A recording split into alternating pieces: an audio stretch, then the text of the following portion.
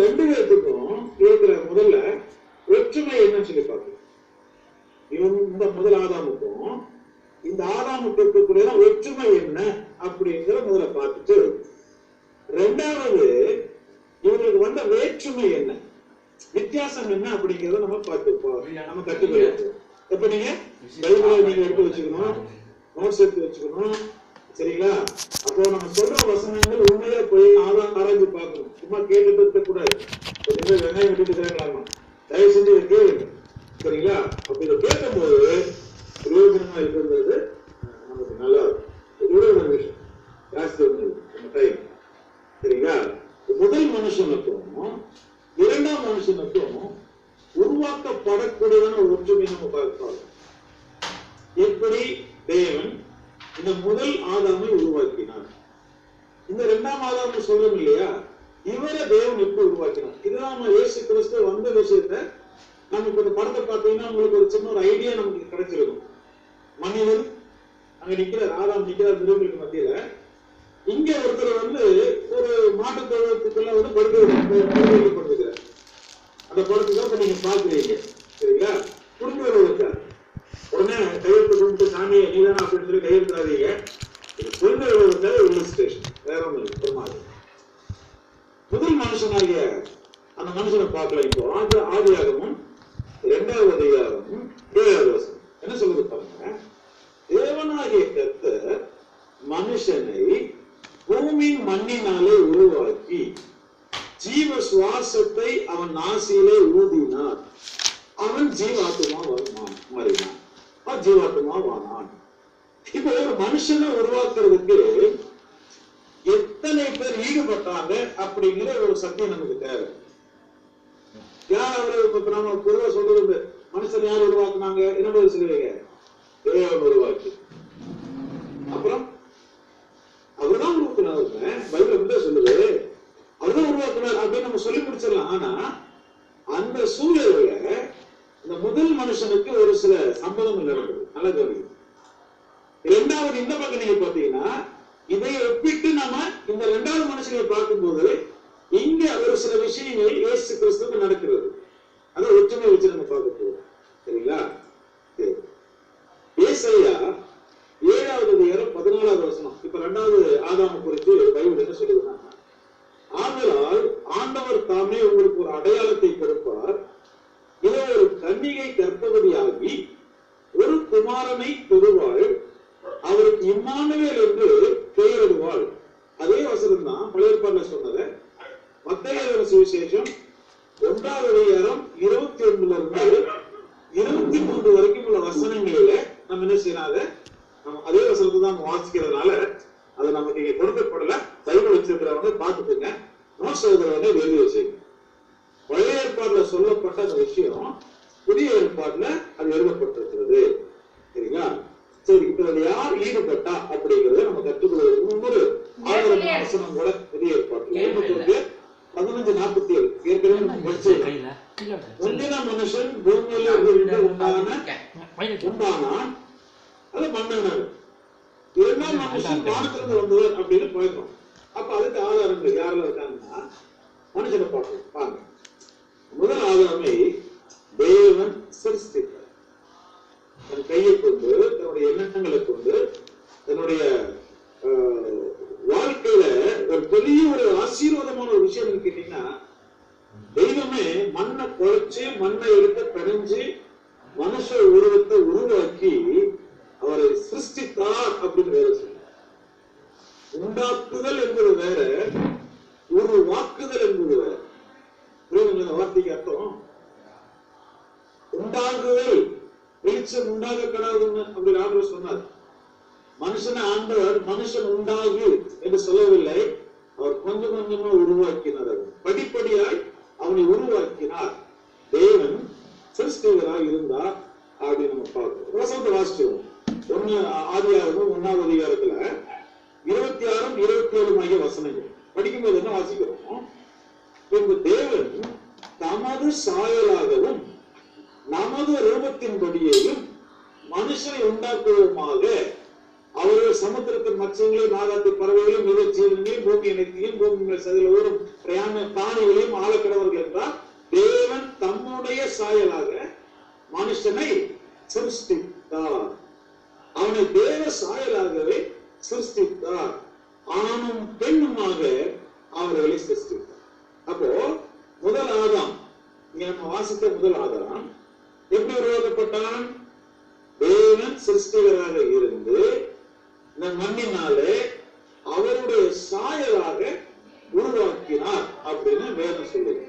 இப்ப இயேசு கிறிஸ்து இரண்டாவது ஆதாம்னு சொல்லி அழைக்கப்படக்கூடிய அந்த இயேசு கிறிஸ்து ஆண்டவர் இதே போலவே ஒவ்வொன்றா படிப்படியா உருவாக்கினாரா அல்லது சித்தம் கொண்டு அவரை இன்னொருத்தில் பிறக்க வைத்தார்?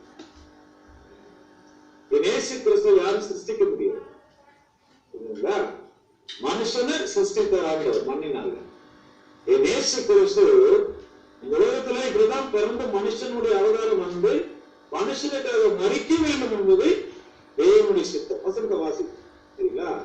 யோவான் 3:16 தேவன் தன்னுடைய ஒரே பேரான குமாரனை விசுவாசிக்கிறவங்களும் அவன் கெட்டு போகாமலும் நித்திய ஜீவனை அடையும்படிக்கு அவரை தந்து அருளினார்.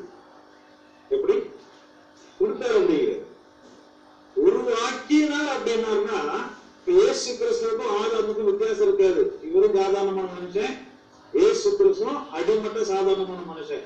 அவரை நீங்களும் நாங்க நம்ப வேண்டிய அவசியம் கிடையாது. இவர் தேவனா இருந்தால், தேவனோடு கூட இருந்தால், தேவ வார்த்தையாக இருந்தார் என்று சொல்லி யோவான் 3:3 நீங்க வாசிப்பீங்க. அப்படி புரிஞ்சுக்கணும். ஆதியிலே வார்த்தை இருந்தது, அந்த வார்த்தை தேவனிடத்தில் இருந்தது, அந்த வார்த்தை என்னவா இருந்தது? தேவனாக இருந்தது. புரிஞ்சுக்கிட்டீங்களா? இப்ப அவர் தான் யாருன்னு கேட்டீங்கன்னா இந்த இயேசு கிறிஸ்து இருந்தவரை இந்த உலகத்திற்கு சித்தம் கொண்டு அனுப்பினார். ஆதாம் இல்லாதவனை சிருஷ்டித்து காண்பினார். இப்ப நான் சொல்றது ஒன்று சொல்றேன். ஆதாம் வந்து மண் இங்க இல்ல, பூமியில இல்ல, மண்ணில ஒரு பொம்மை மாதிரி உருவாக்கி ஒரு உருவத்தை உருவாக்கி அவரை நிக்க வச்சு காமிக்கிறார். அதான் முதல் ஆதாம்.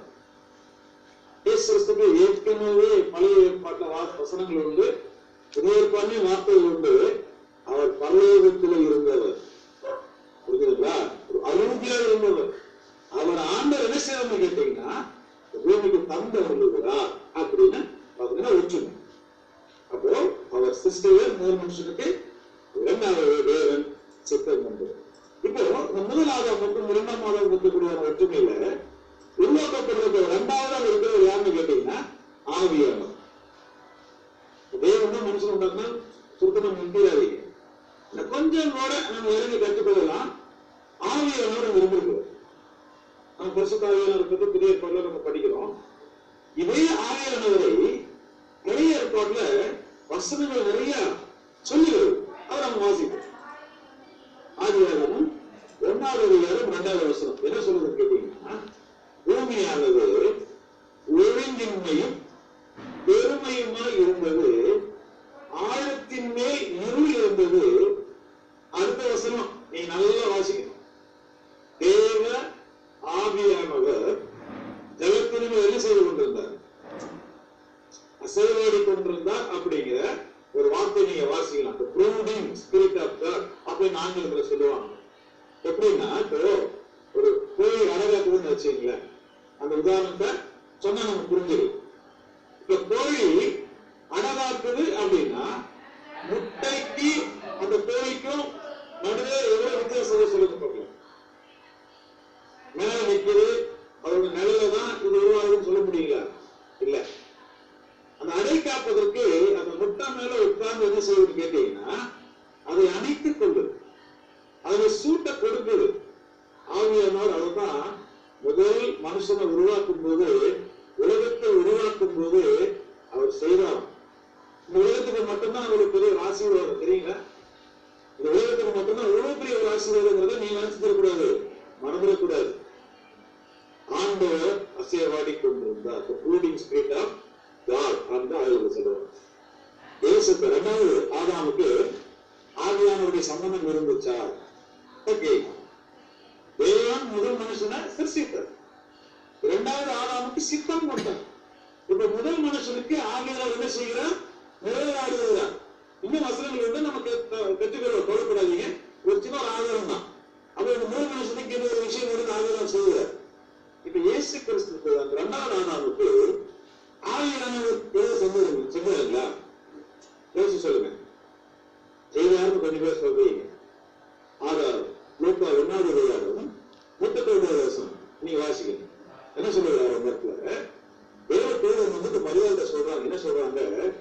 அவருக்கு பிரதியுத்தரமாக, பரிசுத்த ஆவி உன்மேல் வரும், உன்னதமான ஒரு பலன் உன்மேல் நிழலிடும். The brooding spirit of God. உன்மேல் என்ன செய்யும்? நிழலிடும். ஆதலால் உன்னிடத்தில் பிறக்கும் பரிசுத்தம் உள்ளது தேவனுடைய குமாரன் எனப்படும் அப்படின்னு 2வது ஆதாரத்தை குறித்து இங்க சொல்லப்படுது. அப்ப முதல் ஆதாரமுக்கு ஒரு ஒற்றுமை இருக்கு, 2வது ஆதாரமுக்கு இந்த ஒற்றுமை இருக்கு. எவ்வளவு பெரிய பாக்கியசாலி பாருங்க. முதல் மனுஷனாலும் தேவனால் அறிந்து உணர்ந்து உருவாக்கப்பட்டான்.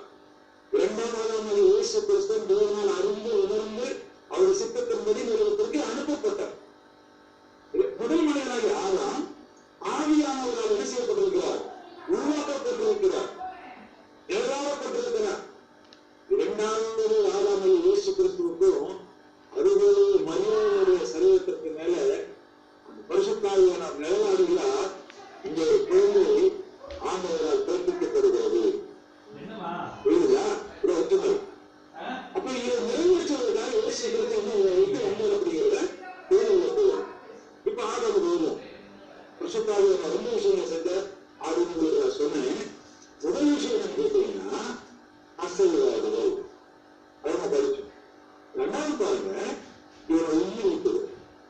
சுவாசத்தை பொறுத்து அவருடைய உயிரையே பொறுத்து என்ன செஞ்சிருக்கிறார்? இப்போ அந்த மனுஷனை வாழ்முறை செய்கிறது. ஆவியாகவும் 2வது அதிகாரம் 7வது வசனம். தேவனாகிய கர்த்தர் மனுஷனை பூமியின் மண்ணினாலே உருவாக்கி ஜீவ சுவாசத்தை அவன் நாசியிலே ஊதினார். மனுஷன் என்னவோ மாறினான்? ஜீவன். அதாவது பண்பு, அவன் ஜீவனா இருக்கணும், உயிரா இருக்கணும். 2வது வருஷம் அடுத்தது ஆத்துமாவை மாறினான். அப்ப 2 விஷயங்கள அந்த ஒன்னா கொடுக்கிறாங்க. யார் மூலமாக? இந்த சுவாசத்தின் மூலமாக ஆவியானவரை இந்த மனுஷனுக்குள்ள வாயு நிறுத்தி அவர் தந்திருக்கிறார். அதனாலதான் பாத்தீங்கன்னா ஒண்ணு சொல்லிடலாம், அது குறித்து நம்ம கற்றுக்கொள்ளணும். ஆனா அதை நம்ம கற்றுக்கொள்ளணும். அதனாலதான் ஆதாம் பாவம் செய்யாதவனாக பரிசுத்தவனாக இருந்தான். புரியுதுங்களா? உலகத்துல யார் வந்து பரிசுத்த ஆவியானவர் ஆத்மாவாய் அவனுக்கு ஜீவனோட இருந்ததுனால ஆதாம் உருவாக்கி இருக்கிற அந்த பழத்தை சாப்பிடுற வரைக்கும் உங்களுக்கு என்ன காண முடியும்? பாரு இல்லையா? புரிஞ்சுதுங்களா? அதுதான் இப்ப நம்ம கிறிஸ்தவ வாழ்க்கையில இப்ப நம்ம கேட்கிறோம். இந்த வாழ்க்கையில என் வாழ்க்கையில எப்படி கேட்கிறோம்? இப்ப உங்களுக்கு பரிசுத்தாவியம் நம்பாரா இல்லையா? நீங்க பரிசுத்தாவியனோடு பெற்றுக் கொண்டிருக்கிறீர்களா இல்லையா? மொத்தத்துல நீங்க என்னைக்கு கழுவப்பட்டு பாவம் உனக்கு வாங்குறீங்களோ அப்பவே உங்களுக்குள்ள ஜீவனை உருவாக்குவதற்கு, ஆண்டவர்களை வாழ்வதற்கு, ஜீவனை கொடுப்பதற்கு யார் உங்களுக்குள்ள வந்துடுறது? பரிசுத்தாவியானவர் வருகிறார். புரியுதுங்களா? நீங்கள் யாருடைய ஆலயமா இருக்கிறீர்கள்? பரிசுத்த ஆவியானவருடைய ஆலயமா இருக்கிறீர்கள். இப்போ முதல் மனுஷனாகிய ஆதாம் ஆவியானவரை பெற்ற உடனே, ஜீவ சுவாசத்தை பெற்ற உடனே, அவன் ஜீவ ஆத்மா பெற்ற உடனே அவனால் பாவம் செய்ய முடியல. இப்ப நீங்களும் நானும் பாவம் செய்யறோமா இல்லையா? வசனத்துல நம்ம கற்றுக்கொள்ளணும். அப்ப இதுதான் நாம வேதத்துல கற்றுக்கொள்ளும் போது ஆண்டவர் நம்மகிட்ட பேசுகிறார். அதுதான் 2வது ஆதாம் வந்திருக்கிறார். அப்படி உங்களுக்கு முடியல அப்படின்னா முடிய வைக்க முடியும், உங்களை மீட்க முடியும், உங்களை காப்பாற்ற முடியும். அப்படிங்கிறதுக்காகத்தான் இந்த 2வது ஆதாம் வந்திருக்காரு. இப்ப இவருக்கு என்ன நடந்ததுன்னு பாருங்க. பரிசுத்த ஆவியானவர் நிழலாடினார் அப்படின்னு நம்ம வாசிக்கிறோம். 2வது விஷயம் பாத்தீங்கன்னா பிறப்பித்தார். அங்க பாருங்க, அந்த வசனம் சொல்லுகிறது, ஆதலால் உன்னிடத்தில் பிறக்கும் பரிசுத்தம் உள்ளது. பிறப்பிக்க வைக்கிறார். அந்த உருவத்தை என்ன செய்கிறார்? மனித சாயலாகவே உருமாற்றம் செய்து மாம்சமாய் மாறச் செய்து அவதாரம் அப்படிங்கிற வார்த்தை யோவான் 1வது அதிகாரத்துல நம்ம வாசிக்கலாம். சரிங்களா? கன்னியின் பிறப்பு அப்படின்னு நம்ம சொல்றோம். ஏற்கனவே வாசித்தோம். ஒரு கன்னி கர்ப்பவதியாகி ஒரு குமாரனை பெறுவாள் அப்படின்னு நம்ம வேதத்துல வாசிக்கிறோம். ஆதியாகமம் 1வது அதிகாரம் 5வது வசனத்தை வாசிச்சு பாருங்களேன். உனக்கும் ஸ்திரீக்கும் உன் வித்துக்கும் அவளுடைய வித்துக்கும். அந்த ஆதாமுக்கும் ஏவாளுக்கு எந்த தொடர்பும் இருந்து அவர்கள் ஒரு குமாரனை உருவாக்கி இதுதான் ரட்சகர்னு சொல்லக்கூடாது. புரியுதுங்களா? அப்படி இந்த உலகத்துல எந்த ஒரு மனுஷனும் ஒரு மனுஷியும் ஒரு திருமணத்தின் பந்தத்துல இணைஞ்சு ஒரு குழந்தைய பிறக்க வச்சு இது தெய்வமா மாறிடுச்சு, இதை நாங்க தெய்வமா மாத்திட்டோம், இது தெய்வமா இருக்குது அப்படின்னு உலகத்துல சொல்ல முடியாது. அப்படிங்கிறதுக்கு இது ஒரு ஆதாரம். ஏன்னா மனுஷனும் மனுஷியும் சேர்ந்து குழந்தை பிறக்கும் போது பாத்தீங்கன்னா இவங்க பாவத்துக்கு முன்னாடி குழந்தை பிறக்க வச்சிருந்தாங்கன்னா ஒரு வாய்ப்பு இருந்தது. பாவத்துக்கு பின்னாடி இவங்க குழந்தைய பெற்றதுனால பிறக்கிற குழந்தைகளுக்கெல்லாம் அந்த பாவ சுபாவம் இருக்கிறது நம்ம பார்க்கணும். எத்தனை பேர் இந்த கூடையில பொய் சொல்ல தெரியாது சொல்லுங்க பார்க்கலாம். நீங்க பொய் சொல்றதை நீங்க அப்ப எங்க படிச்சீங்க? திருடுற சுபாவத்தை எங்க படிச்சீங்க? கோபப்படுற சுபாவத்தை நீங்க எங்க படிச்சீங்க?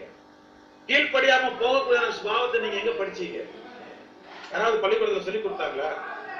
இல்ல, நமக்குள்ளேயே வந்துருது. சின்ன குழந்தை பிறந்த குழந்தை எங்க அக்கா கையில வச்சிருப்பாங்க பாருங்க. அந்த குழந்தை கையில ஒரு முட்டாயை கொடுத்துட்டு அந்த முட்டாயை நீங்க எடுத்து பாருங்க, அது சுயநலத்துல கத்தும்.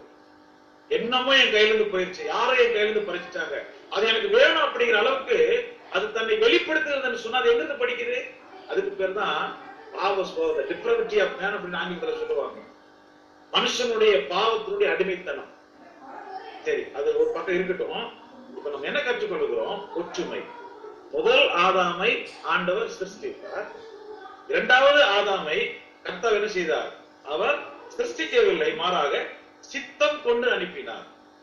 2வது ஆவியானவர் என்ன செய்தார்? முதல் ஆதாமுக்கு அவர் அசைவாடி சுவாசம் கொடுத்து அவனை பரிசுத்த மனுஷனாய் உருவாக்கி காட்டினார். ஏற்கனவே இயேசு கிறிஸ்து பரிசுத்தமானவர். இப்ப அவருக்கு பரிசுத்த ஆவியானவர் வந்துதான் பரிசுத்தம் கொடுக்கணும்னு கிடையாது. அவர் ஏற்கனவே பரிசுத்தமானவர். இந்த பாவத்தை மேற்கொள்வதற்காக, பாவத்துக்கு தன்னை பலியாய் அர்ப்பணிப்பதற்காக ஒரு மாம்சம் அவருக்கு தேவை, ஒரு மாம்ச ரூபம் மனுஷனை போல தேவை. அப்படிங்கிறதுக்காக கன்னியின் வயிற்றுல அவர் கற்பம் தரிக்கப்படுகிறார் அப்படின்னு இப்ப 2வது ஆதாமை குறித்து தெரிந்து கொள்ளணும். இப்ப ஒற்றுமை முதல் ஆதாமுக்கும் 2வது ஆதாமுக்கு இருக்கக்கூடியதான ஒற்றுமை என்ன? 3வது ஒற்றுமை என்ன அப்படின்னு நம்ம பார்க்கணும்னா, தேவன் சிருஷ்டித்தார், இங்க தேவன் சித்தம் கொண்டார், அங்க ஆவியானவர் ஜீவ சுவாசம் ஊதினார், இந்த இடத்துல ஆண்டவருடைய ஆவியானவர் அசைவாடினார். 3வது விஷயம் என்னன்னு கேட்டீங்கன்னா, வார்த்தை என்ற ஒன்று அந்த இடத்துல இயங்கினது. அந்த மனுஷனை உருவாக்கும் போது வார்த்தை அப்படிங்கிற ஒன்று என்ன செய்தது? இருந்தது என்பதை கர்த்தருக்கு சித்தமானால் நம்ம நாளைக்கு நம்ம என்ன செய்வோம்? கற்றுக்கொள்வோம். வந்தவங்களுக்கு நன்றி. தேவன் உங்களை ஒருவரையும் அதிகமாய் ஆசீர்வதிப்பாராக. ஆமாம், தேங்க்யூ, ரொம்ப நன்றி. ரொம்ப நேரம் உட்கார்ந்து நீங்க வசனத்தை கேட்டீங்க, வாழ்த்துக்கள். உங்களுக்கு சந்தோஷம் இருந்ததுன்னா நீங்க என்ன வேணாலும் என்ன செய்யலாம், தயவு செஞ்சு கேட்கலாம். முதல் ஆதாம் நம்மளுடைய சொந்தக்காரன், அவன் எப்படி இருந்தான்? இப்ப 2வது ஆதாமை இயேசு கிறிஸ்து, ஐயோ நம்முடைய அதிகமான உரிமையாளர். இப்ப அவருக்கு நமக்கு என்ன சம்பந்தம் அப்படிங்கறதான் தெரிஞ்சுட்டு இருக்கிறோம்.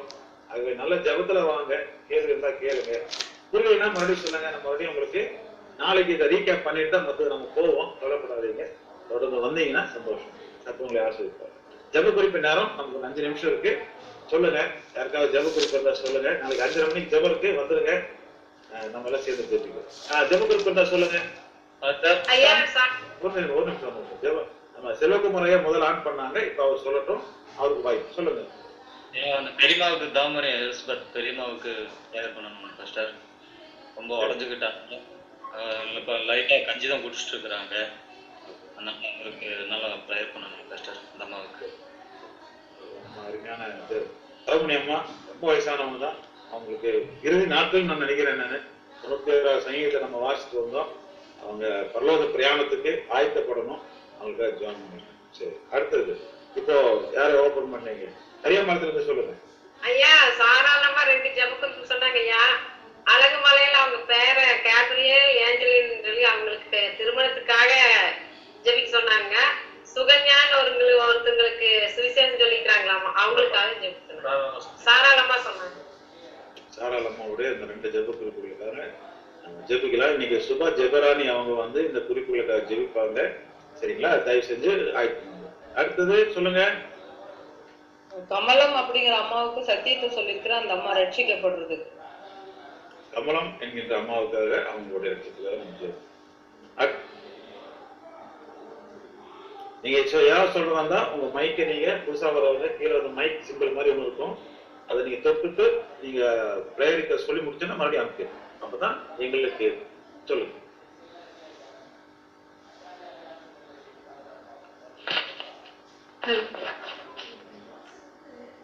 சாஜா சொன்னாங்க, சொல்லுங்க.